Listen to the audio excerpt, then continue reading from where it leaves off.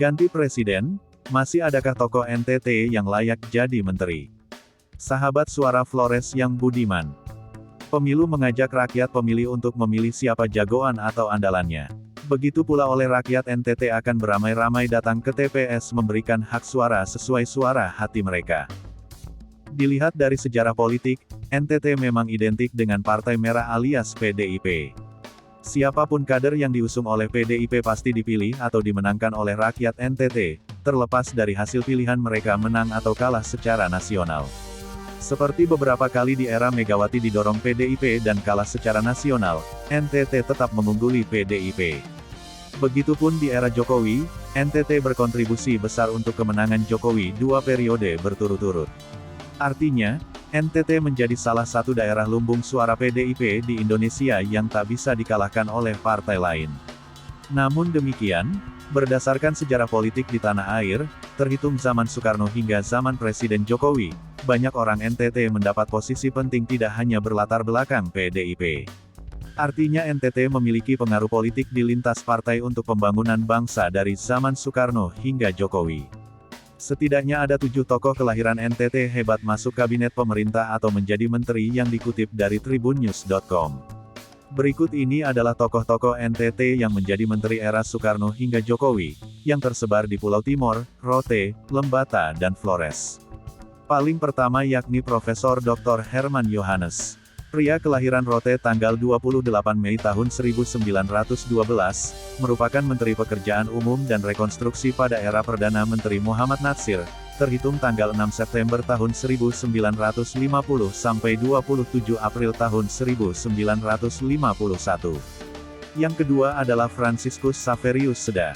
Franz Seda adalah sosok kelahiran Kabupaten Sika Flores pada tanggal 4 Oktober tahun 1926, menduduki jabatan terbanyak. Ia menjabat Menteri Perkebunan pada Kabinet Kerja 4 di era Presiden Soekarno periode tahun 1963 sampai tahun 1964, dilanjutkan pada Kabinet Dwi Kora 1 dan 2, periode tahun 1964 sampai tahun 1966. Kemudian Franz Seda menjadi Menteri Pertanian pada Kabinet Dwi Kora 3 tanggal 24 Februari tahun 1966 sampai 25 Juli tahun 1966. Ia juga menjabat sebagai Menteri Keuangan pada Kabinet Ampera 1 dan 2 tanggal 25 Juli tahun 1966 sampai 6 Juni tahun 1968. Lalu menjadi Menteri Perhubungan pada Kabinet Pembangunan 1 era Presiden Soeharto tanggal 6 Juni tahun 1968 sampai 28 Maret tahun 1973. Yang ketiga Adrianus Mooi. Adrianus Mooi merupakan pria kelahiran Rote pada tanggal 10 April tahun 1936. Ia menjabat Gubernur Bank Indonesia periode tahun 1988 sampai tahun 1993 era Presiden Soeharto. Sebelum Undang-Undang Nomor 23 Tahun 1999 tentang Bank Indonesia, Gubernur Bank Indonesia adalah anggota kabinet dan pejabat setingkat menteri. Yang keempat, Dr. Alexander Sonny Kraft. Dr. Alexander Sonny Kraft atau biasa dikenal dengan nama Sonny Kraft merupakan pria kelahiran Lembata tanggal 1 Juni tahun 1958. Ia menjabat Menteri Negara Lingkungan Hidup pada Kabinet Persatuan Nasional era Presiden Gus Dur mulai tanggal 26 Oktober tahun 1999 sampai 9 Agustus tahun 2001. Yang kelima, Yakob Nuawea. Yakob Nuawea merupakan sosok pria kelahiran Nagekeo, tanggal 14 April tahun 1944. Ia menjabat Menteri Tenaga Kerja dan Transmigrasi pada Kabinet Gotong Royong era Presiden Megawati Soekarno Putri mulai tanggal 10 Agustus tahun 2001 sampai 20 Oktober tahun 2004. Yang keenam, Saleh Husin. Saleh Husin merupakan pria kelahiran Rote, tanggal 16 September tahun 1963. Ia menjabat Menteri Perindustrian pada Kabinet Kerja era Jokowi terhitung tanggal 27 Oktober tahun 2014 sampai tanggal 27 Juli tahun 2016. Dan yang ketujuh adalah Johnny Plate. Sosok Johnny G. Plate merupakan pria kelahiran Ruteng Flores Nusa Tenggara Timur tanggal 10 September tahun 1956. Ia dipercaya Jokowi menjadi Menteri Komunikasi dan Informatika atau Menkominfo era Jokowi Maruf. Selain 6 nama di atas, ada juga Nafsiah Mboy yang adalah istri mendiang Ben Boy. Nafsiah Mboy pernah menjadi Menteri Kesehatan pada Kabinet Indonesia Bersatu II, era Presiden Susilo Bambang Yudhoyono. Nafsiah Mboy menjabat sebagai Menkes dari tanggal 14 Juni tahun 2012 sampai 20 Oktober tahun 2014. Meski dikenal sebagai mantan Ketua PKK Provinsi NTT, namun Ibu Nafsiah berasal dari Sulawesi Selatan. Lalu bagaimana dengan Pilpres 2024, masih adakah orang NTT yang diberi posisi sebagai menteri? Melihat histori politik di atas, kehadiran tokoh NTT di kabinet pemerintah tidak hanya saat PDIP berkuasa walau didominasi oleh tokoh PDIP. Dalam arti bahwa orang NTT berada pada semua era kepemimpinan atau semua partai dengan satu misi mulia yaitu pemerataan pembangunan. Lalu siapa saja tokoh NTT era ini yang layak menjadi menteri di kabinet kerja presiden baru nanti? Dari Pulau Timor, ada Victor Laiskodat sebagai kader Nasdem yang kini Gubernur NTT menjadi salah satu figur yang berpeluang masuk kabinet presiden baru. Apalagi Victor sempat dihebohkan menjadi menteri era Jokowi presiden periode kedua.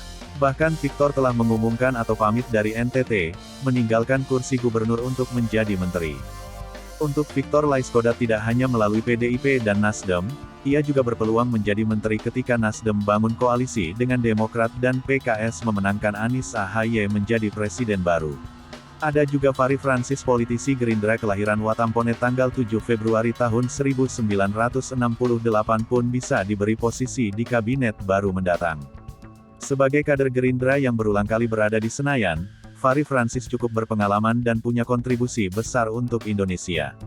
Ia pernah ditunjuk sebagai Komisaris Utama PT Asuransi Sosial Angkatan Bersenjata Republik Indonesia atau PT Asabri oleh Menteri BUMN Erick Thohir.